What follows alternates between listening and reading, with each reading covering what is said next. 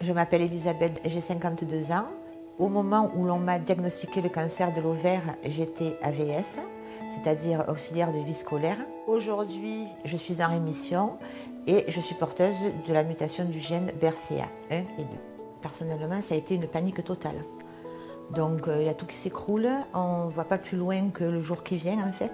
Je suis allée en chirurgie de manière très positive et très heureuse. C'est paradoxal, je savais qu'on allait m'enlever utérus, ovaires et tout ce qui allait avec, mais à la limite je m'en fichais parce que je savais que j'allais être libre de toute maladie après. L'efficacité était là, plus de résidus au niveau de la maladie et on a pu m'annoncer enfin que je pouvais me considérer en rémission. J'ai pris les devants constamment. Ce n'était pas les chimios qui allaient faire tomber mes cheveux, c'est moi qui allais les raser avant. Voilà, je partais en guerre entre guillemets. Donc la chimio, t'es bien gentil, tu vas me guérir, tu vas me soigner, mais tu ne me feras pas tomber les cheveux. Donc je prends les devants, c'est moi qui vais les faire tondre. Voilà. Et mon mari, quant à lui, il savait ce qu'il avait à faire. Je n'avais pas à lui dire ce qu'il avait à faire parce qu'il a tout pris en charge en fait.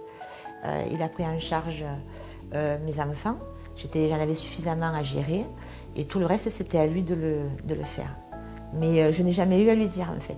Tout s'est fait naturellement. Revivre ce qui a été vécu, La première peur et la première angoisse que j'ai eue, et c'est ce qui a aussi déclenché le fait d'avoir envie de trouver quelque chose qui puisse m'aider à avancer, c'était cette angoisse de la mort. Et il fallait impérativement que je m'en débarrasse, entre guillemets, ou que je m'en défasse pour mieux affronter les traitements et pour mieux affronter la maladie.